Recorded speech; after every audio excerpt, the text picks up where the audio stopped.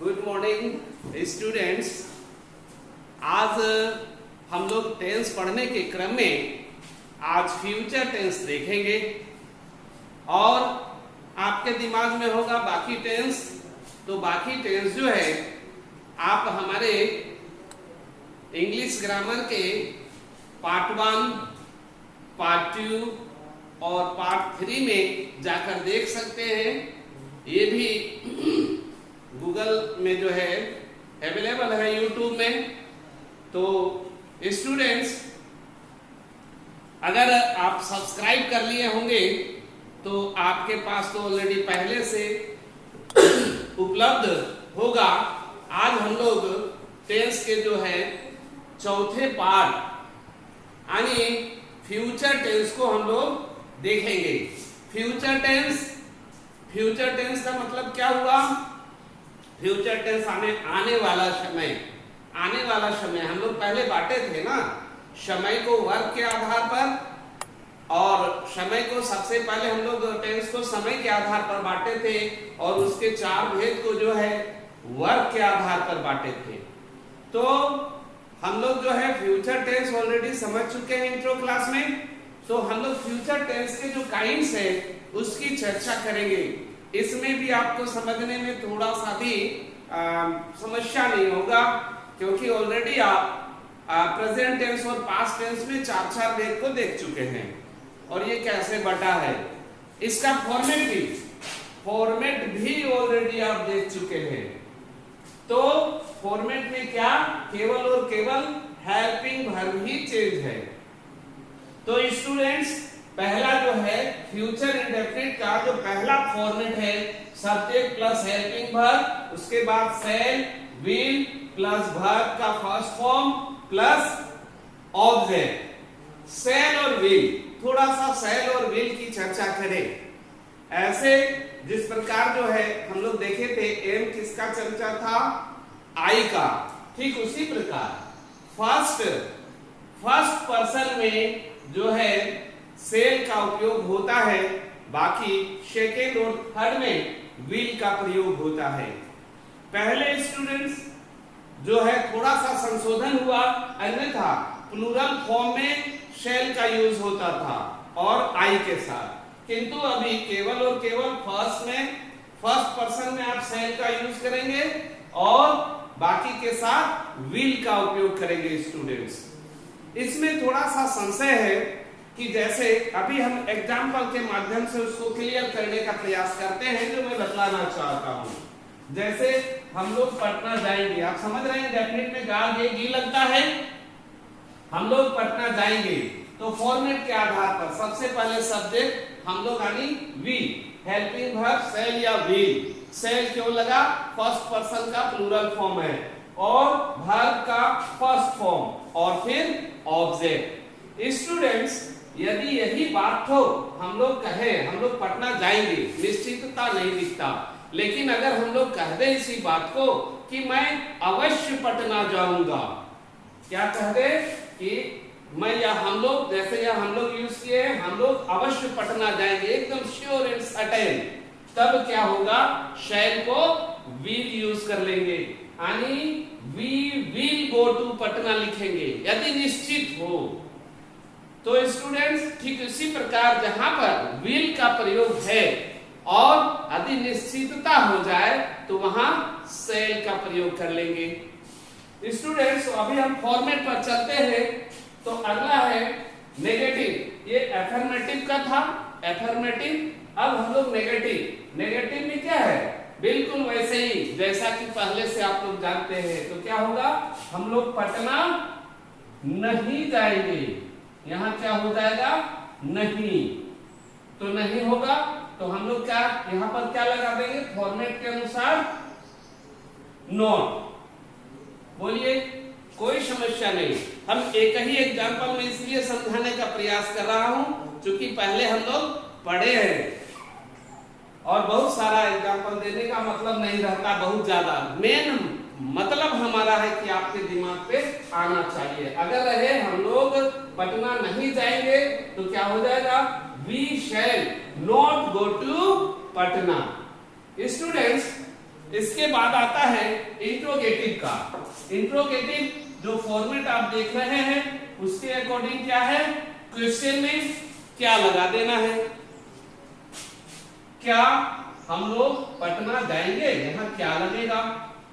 तो स्टूडेंट देख रहे हैं इसमें करना क्या है, हेल्पिंग वर्ब को आगे कर देना है। तो ऑलरेडी बहुत कुछ इस पर बना चुके हैं, तो क्या हो जाएगा, shall we go to Patna. बात समझ में आ रही है। यदि इंट्रोगेटिव नेगेटिव रहेगा तो यहां नहीं लगेगा, तो फिर यहां नॉट लगेगा। क्या हम लोग पटना नहीं जाएंगे, तो क्या हो जाएगा, shall we not go to Patna. तो इस तरह से स्टूडेंट्स जो है आप इंडेफिनिट को समझ चुके हैं। ठीक इसी प्रकार कंटिन्यूअस, फ्यूचर कंटिन्यूअस, कंटिन्यूअस आप समझ रहे हैं ऑलरेडी। मतलब क्या, रहा रही यूज होगा, वर्क जो है चलता रहेगा। जैसे इसका फॉर्मेट तो बिल्कुल वही है जो प्रेजेंट टेंस और पास्ट टेंस में देखे, केवल हेल्पिंग वर्ब का फेर है। तो स्टूडेंट देख रहे हैं जैसे हमने यहाँ लिखा है हम लोग पटना जाते रहेंगे, मतलब वर्क होता रहेगा। तो फॉर्मेट के अकॉर्डिंग, फॉर्मेट में क्या है, सब्जेक्ट हेल्पिंग वर्ब में shall be plus V plus verb के साथ आईएनजी प्लस ऑब्जेक्ट। स्टूडेंट्स आपको पता है, क्या पता है, तो shall और will का प्रयोग कहाँ होता है, इसलिए मैं उस पर फोकस नहीं करना चाहता। तो स्टूडेंट्स आगे बढ़ते हैं।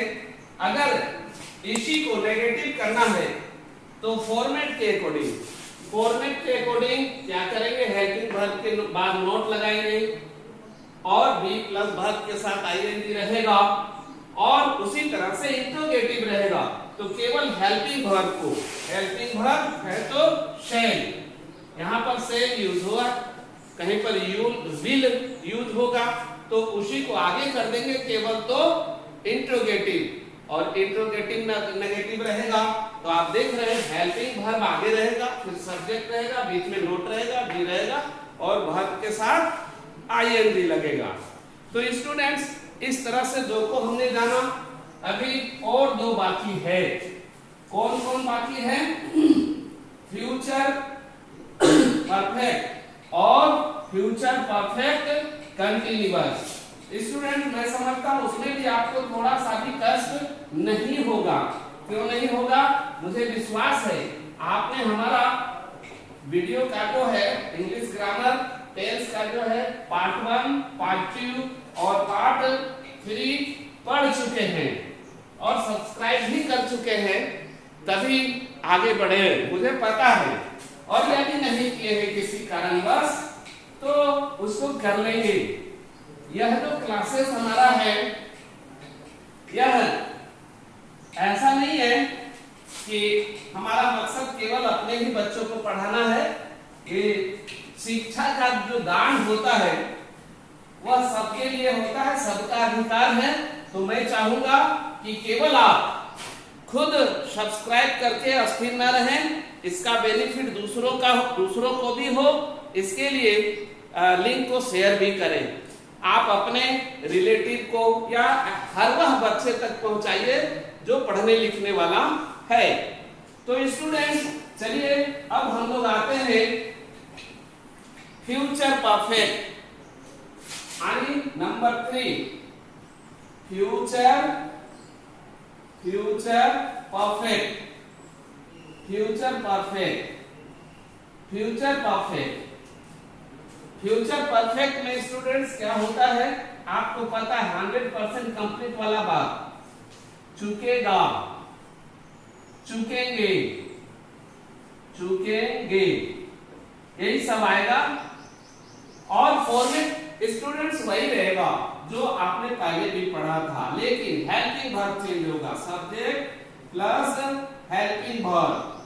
हेल्पिंग वर्ब में shall या will, shall या will, shall और will कहाँ यूज होता है आपको पता, ऑब्जेक्ट। स्टूडेंट्स ये आप देख रहे हैं क्या होता है परफेक्ट में। और इसके बाद बिल्कुल वैसे ही नेगेटिव है तो subject plus helping verb plus not plus have plus verb का third form plus object. Interrogative रहेगा हैव, उसके बाद वर्ब का थर्ड फॉर्म प्लस ऑब्जेक्ट और क्वेश्चन मार्क लगा दीजिए। Interrogative negative helping verb plus subject plus not, उसके बाद हैव प्लस वर्ब का तीसरा रूप प्लस ऑब्जेक्ट। स्टूडेंट्स एक तो हम लोग लिखते हैं राम आम खा चुकेगा। राम आम खा चुकेगा। राम आम खा चुकेगा। राम आम खा चुकेगा। आप इसी फॉर्मेट को लेकर चलिए तो क्या होगा, Ram will have, Ram will have eaten, Ram will have eaten mango. Ram आम खा चुकेगा तो क्या हो जाएगा, Ram will have eaten mango. Students जैसे राम आम खा चुकेगा तो क्या हो जाएगा, Ram will have eaten mango. अगर नेगेटिव रहेगा, आप जानते हैं यहां नहीं जुड़ेगा, आम नहीं खा चुकेगा तो यहां पर नोट लगेगा, भली भांति जान रहे हैं। और यदि इंट्रोगेटिव, क्या राम आम खा चुकेगा तो क्या हो जाएगा, विल यहां पर जो है विल लगा देंगे, will Ram have eaten mango.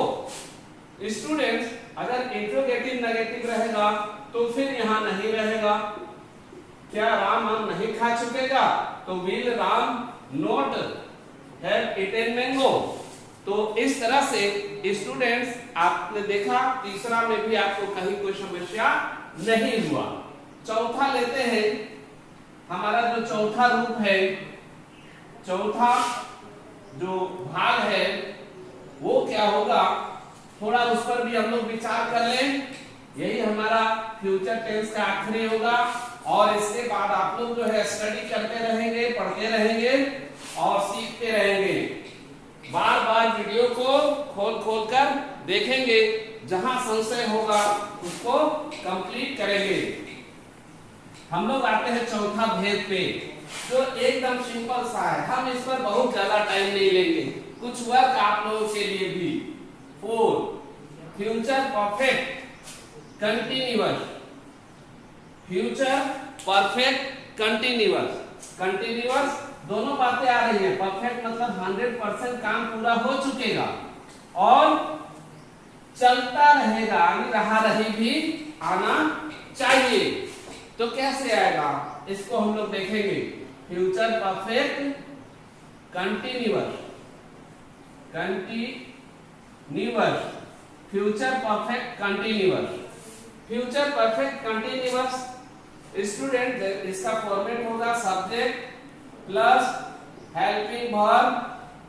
Helping verb में आपको पता है शेल और विल ही लगेगा और हैव लगेगा और बीन भी जुड़ेगा, बीन प्लस वर्ब के साथ आईएनजी वाला फॉर्म रहेगा प्लस ऑब्जेक्ट।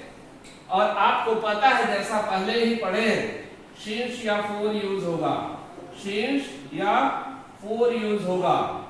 निश्चित समय के लिए सिंस और अनिश्चित समय के लिए फॉर। स्टूडेंट्स बाकी फॉर्मेट बिल्कुल उसी के जैसा रहेगा, तो मैं ज्यादा समय ना लेते हुए एक एग्जांपल लेता हूं।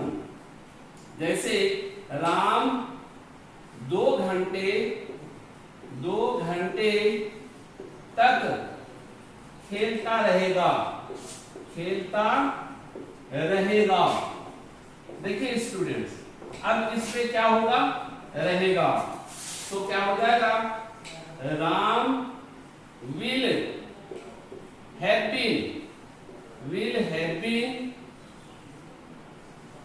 playing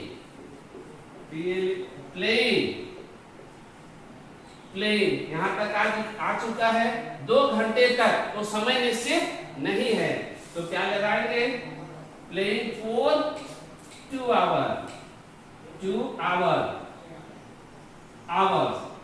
ओके स्टूडेंट्स, तो हम लोग फ्यूचर टेंस को भी देखें स्टूडेंट्स, और नहीं, आपका जो है टेंसेस हमने बढ़ा के रखा था, लेकिन ये जो टेंसेस है अब आपका खत्म।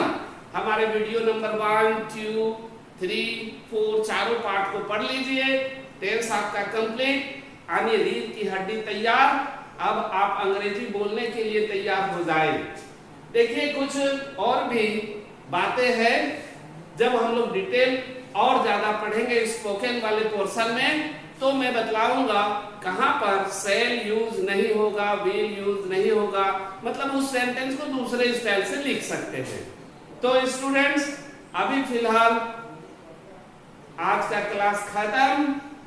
Okay, bye, take care.